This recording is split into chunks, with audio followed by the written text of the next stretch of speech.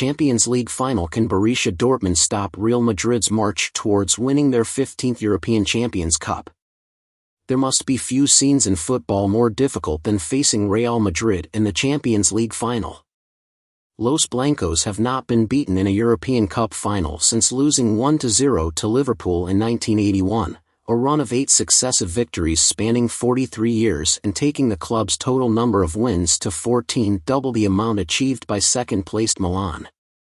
Borussia Dortmund will be the next team to try to put an end to Real Madrid's impressive run when the two teams meet at Wembley in the Champions League final on Saturday. It is no surprise that Real Madrid reached this final as favorites to lift the trophy. Over the years, the team has developed an unerring knack for pulling off an improbable comeback in this tournament, and did so again in the semi-finals this season, scoring twice in the dying minutes to eliminate Bayern Munich and reach the final.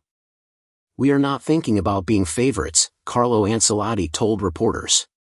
"We are focusing on playing against an opponent who has earned the right to reach the final after eliminating quality teams such as Paris Saint-Germain and Atletico.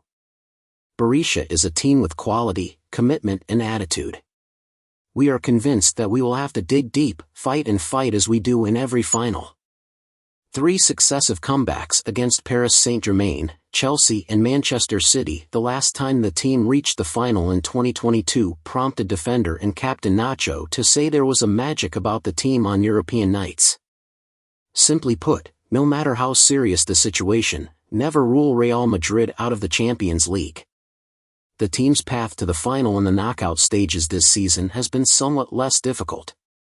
After winning all 6 group matches without falling out of second gear, Real narrowly edged out RB Leipzig in the round of 16 before a nerve-wracking penalty shootout victory over dominant Manchester City in the quarter-finals. Then came the greatest escape of the season. 2 goals from Joselu, a man who attended Real Madrid's last final in 2022 as a fan, in the 88th and 91st minutes turned a 3-2 aggregate deficit into a 4-3 victory over Bayern in the semi-final. Then again, maybe Real Madrid shouldn't be here, but this team always seems to find a way. The answer to this question is difficult and simple. Why is it unique in this type of competition? Ancelotti said as he tried to explain Madrid's impressive record in the Champions League. The club has made its history in this competition. Real Madrid's history begins in the 1950s. It is something special for the club, for all the Madridistas, and for us, the Madridistas as well. It is a competition where we are more focused. Meanwhile, Dortmund have not reached a Champions League final since their heartbreaking 2-1 defeat to Bayern Munich in 2013.